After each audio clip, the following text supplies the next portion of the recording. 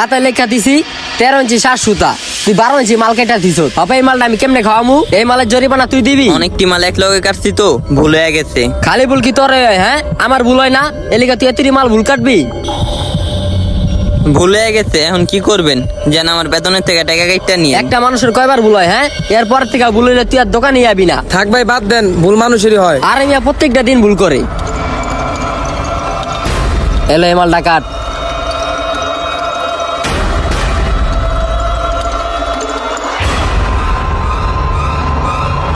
এই নেন।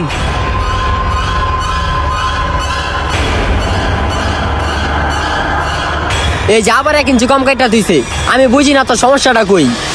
কত লিখছেন দেন তো? দেখছেন আর এমনি এমনি বকি, ওই খালি ভুল করে। এরপরে মাসে তোর কামের থেকে ব্যয় করে দিমু। তো কার ভুল